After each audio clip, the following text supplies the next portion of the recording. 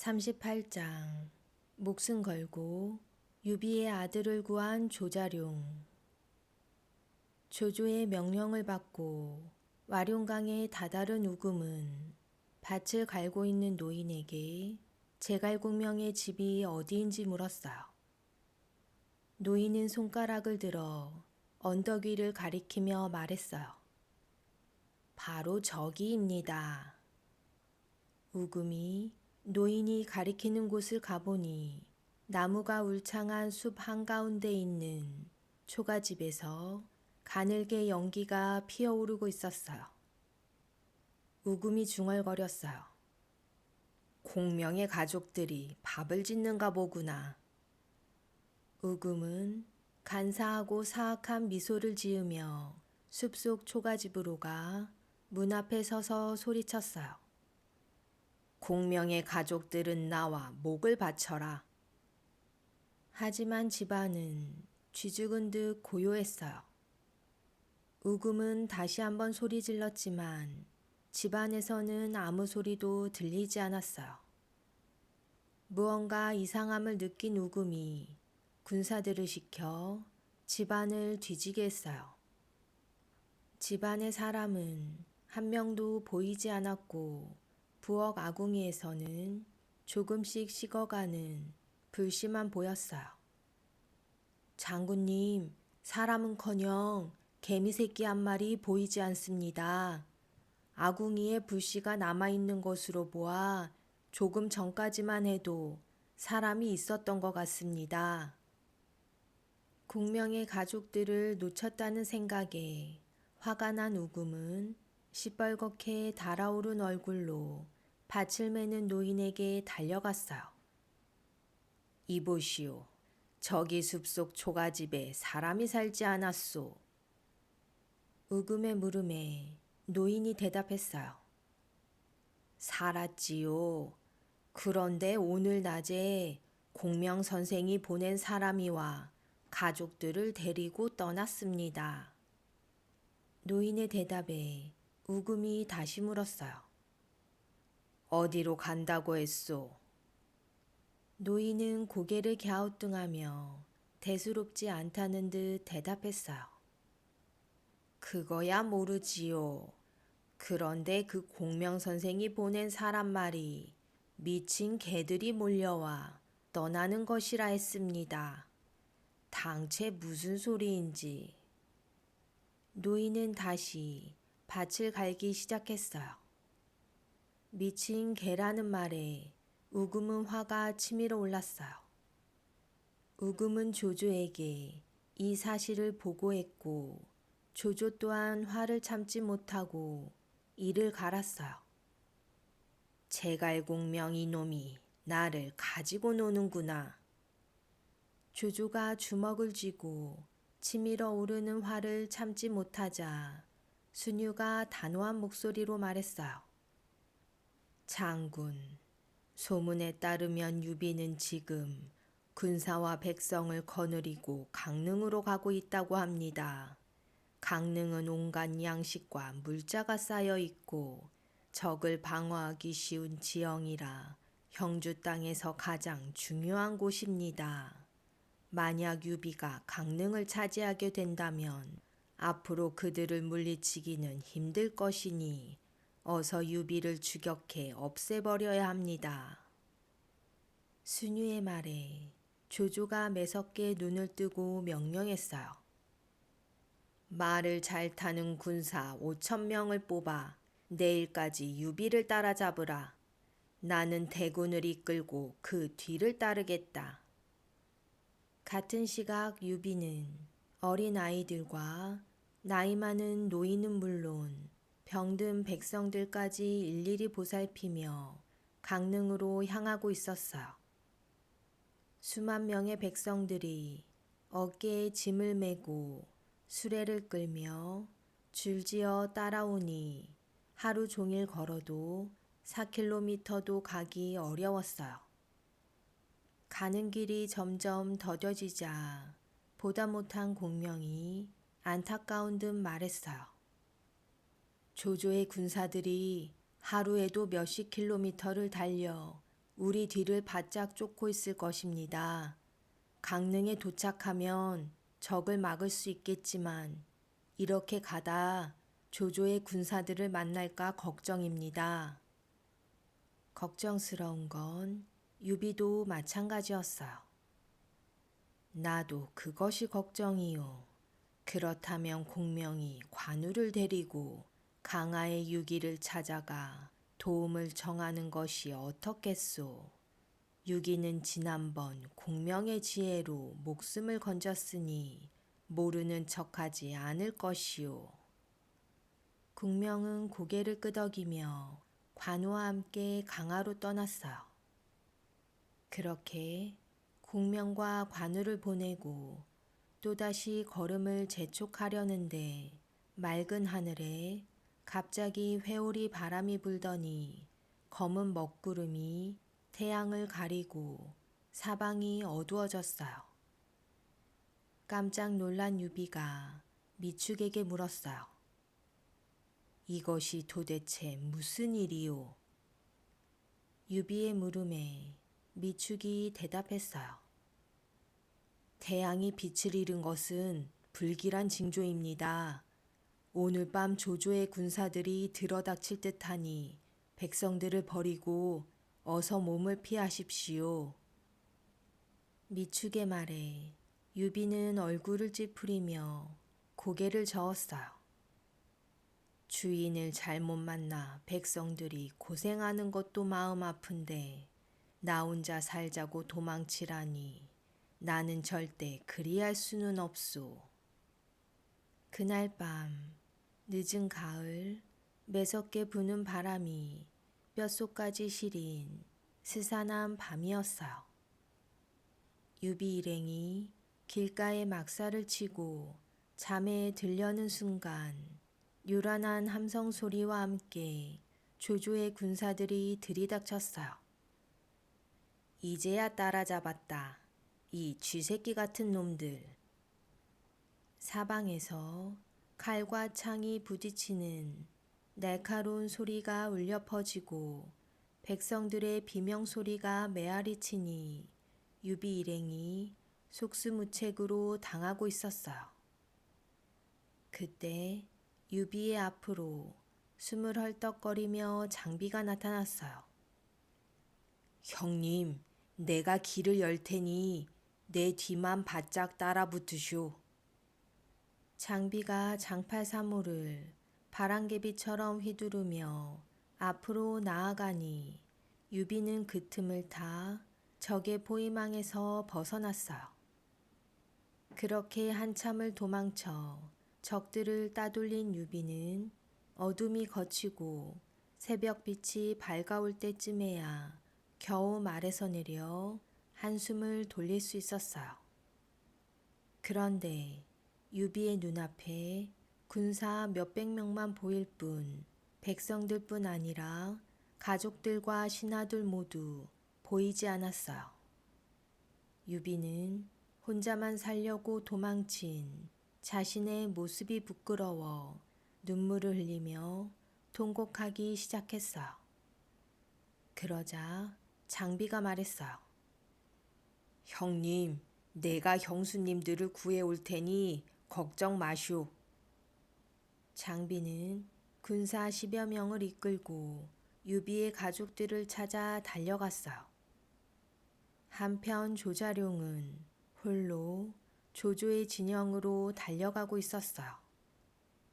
유비의 가족들을 보호하던 조자룡은 적들과 맞서 싸우다 날이 밝은 후에야 자기가 보호하고 있던 유비의 가족들이 사라졌다는 것을 알아차렸어요. 조자룡은 급히 말머리를 돌려 왔던 길을 되돌아갔어요. 조자룡이 달리며 보니 조조의 군사들이 휩쓸고 간 곳은 아수라장이었어요. 화살에 맞고 창에 찔린 군사들과 백성들이 길가에 널브러져 있고 가족을 잃은 사람들은 머리를 풀어 헤치고 울부짖으며 가족을 찾아 이리저리 헤매고 다녔어요. 조자룡은 피난민들 틈에서 목이 터져라 유비의 가족들을 외쳤어요. 간부인, 미부인, 아두님 어디에 계십니까? 그때 풀 속에서 낯익은 얼굴 하나가 보였어요.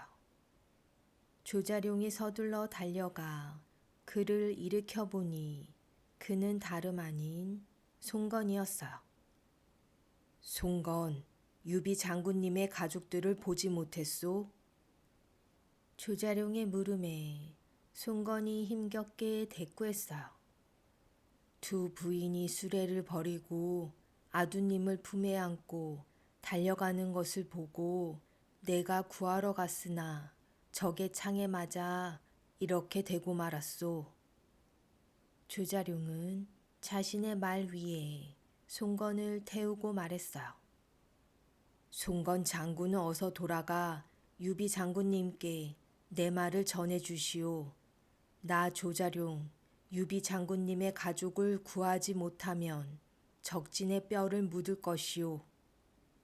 말을 마친 조자룡이 말의 엉덩이를 힘껏 걷어치자 송건을 태운 말이 힘차게 달려갔어요. 조자룡은 유비의 가족들을 찾아 사방팔방으로 헤매 다녔어요. 그때 병사 하나가 조자룡을 알아보고 그를 불렀어요. 조자룡 장군님 어디 가십니까? 병사의 물음에 조자룡이 대꾸했어요. 너는 누구냐? 조자룡이 묻자 병사가 대답했어요. 저는 유비 장군님의 가족들을 호위하던 병사인데 적의 화살을 맞아 이렇게 다쳤습니다. 조자룡이 물었어요. 그럼 유비 장군님의 가족들은 어찌 되었느냐? 병사가 대답했어요. 조금 전 간부인께서는 머리를 풀어헤치고 피난민으로 변장하고는 저쪽으로 가셨습니다. 조자룡은 병사의 말이 끝나자마자 병사가 가리킨 곳으로 말을 몰며 간부인을 불렀어요. 간부인 어디에 계십니까?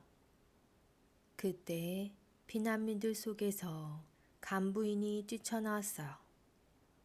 조장군 이제야 와주었구려. 조자룡은 말에서 뛰어내려 간부인 앞에 무릎을 꿇었어요.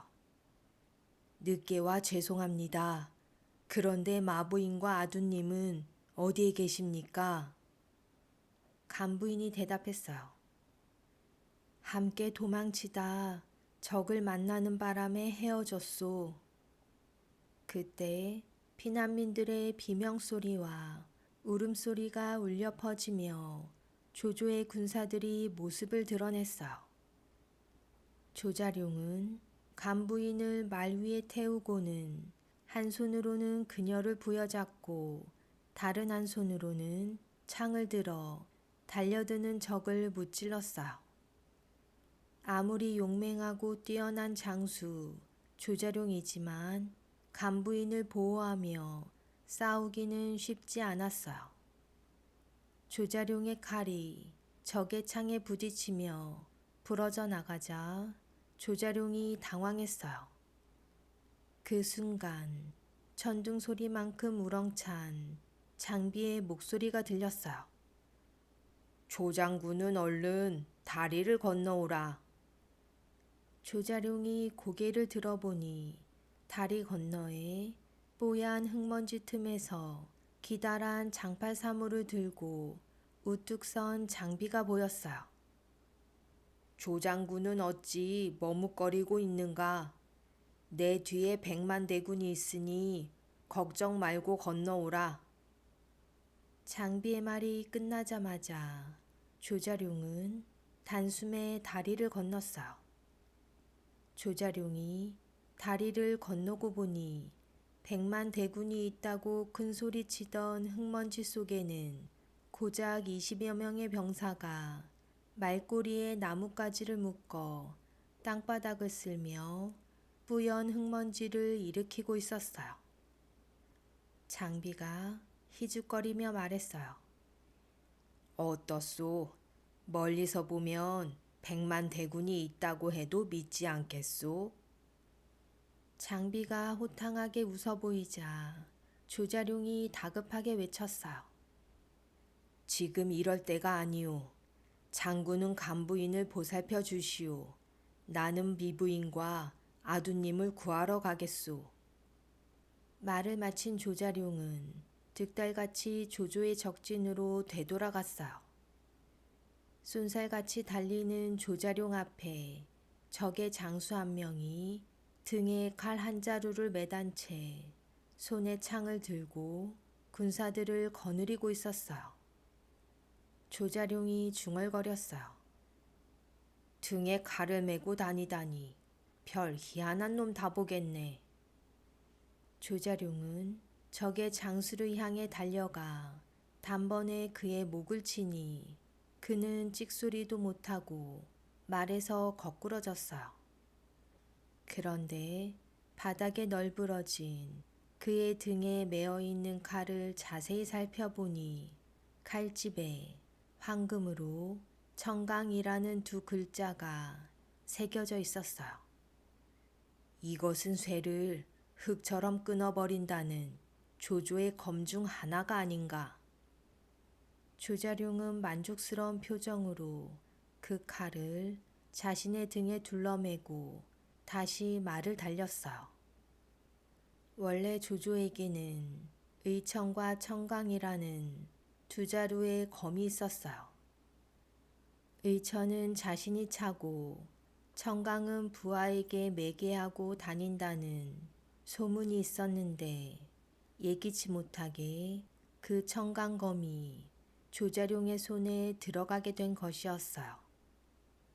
조자룡은 조조의 청강검을 둘러매고는 피난민 행렬을 만날 때마다 미부인과 아두의 이름을 불렀어요.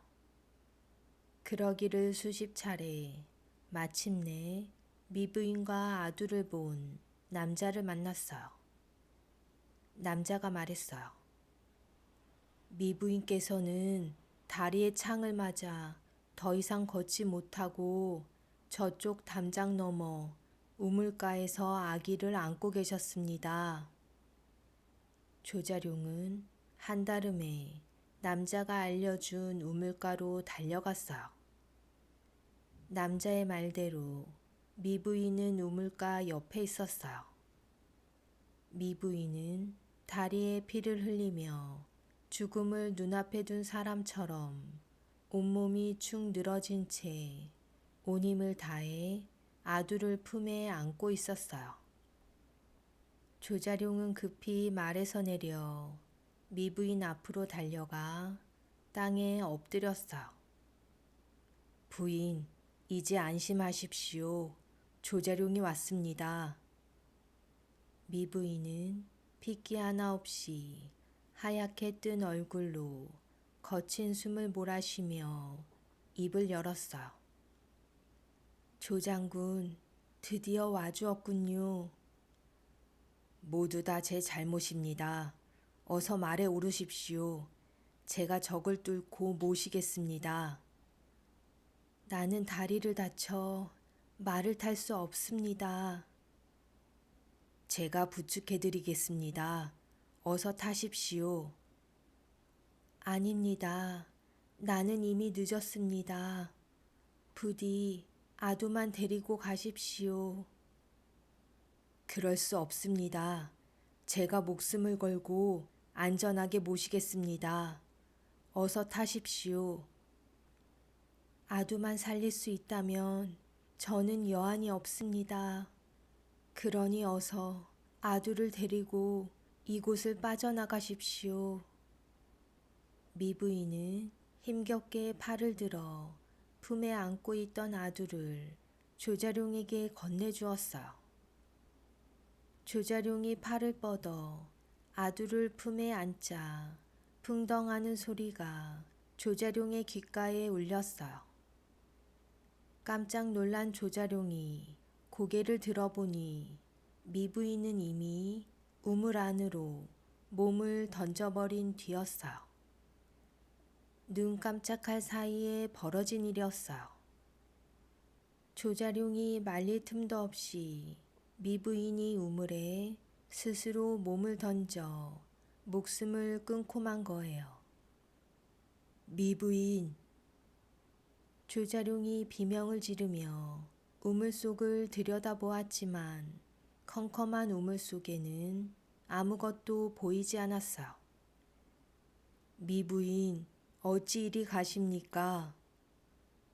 조자룡은 자신의 품에 안긴 아두를 보고는 굵은 눈물을 하염없이 흘렸어요.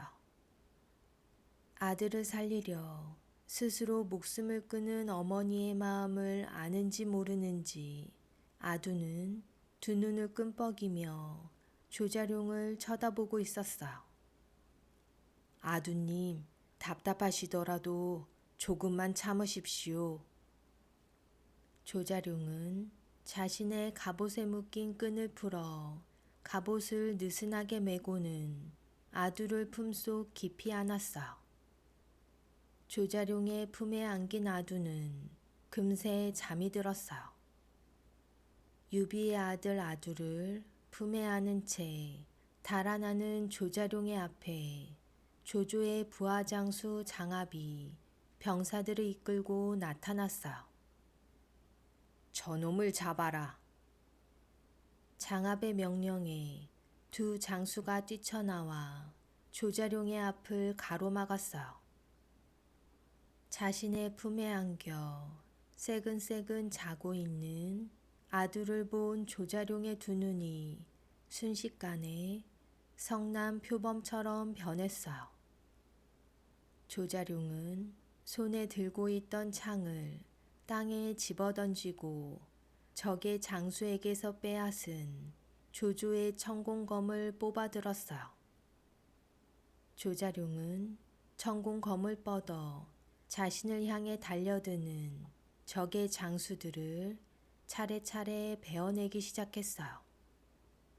청공검이 한 번씩 번뜩일 때마다 조자룡에 맞선 장수들의 갑옷이 찢기며 하나 둘 땅에 쓰러졌어요. 이때 산꼭대기에서 이들의 싸움을 내려다보던 조조가 매서운 두 눈으로 조자룡을 가리키며 물었어요. 저자가 누구냐? 조자룡이라고 합니다. 참으로 훌륭한 장수구나. 내 저자를 부하로 삼고 싶으니 반드시 사로잡아 오너라. 조조의 명령에 조조의 부하 장수들은 조자룡을 사로잡으려 했으나 표범처럼 날렵한 그를 사로잡을 수 있는 장수는 아무도 없었어요. 조자룡이 적들을 따돌리고 날쌔게 도망치니 다리 위에 장팔사무를 들고 우뚝 선 장비가 보였어요.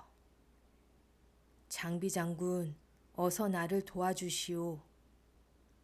조자룡의 외침에 장비가 여유롭게 장팔사무를 흔들며 대답했어요. 조장군은 걱정 말고 다리를 건너라. 적들은 내가 처리하겠다.